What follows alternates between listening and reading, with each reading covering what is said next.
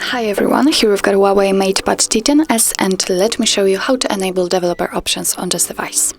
So first of all, let's enter the settings, and now let's scroll down to the very bottom and find About Tablet. Let's tap on it. And as you can see, on the third position we've got build number, so all you have to do is keep tapping on it until you'll see that you're a developer now. If you've got a pattern or a pen, then enter it to confirm the whole step, and as you can see, now we are in a developer mode. So all we have to do is simply tap on System and Updates, and here we've got developer options, so let's tap on it. And as you can see here, we've got a lot of advanced options which we can customize. So for example, we can disable HW overlays, or we can change the smallest width, we can show pointer location or show visual feedback for tabs.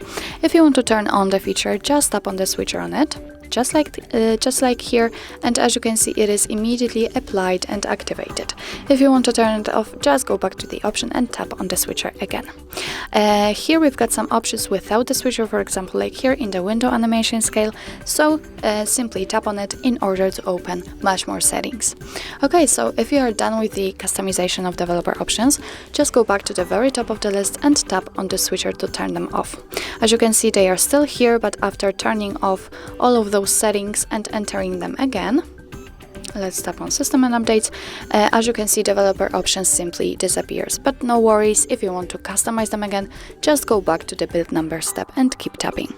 So actually that's all. This is how to enable developer options in your HUAWEI MatePad T10s.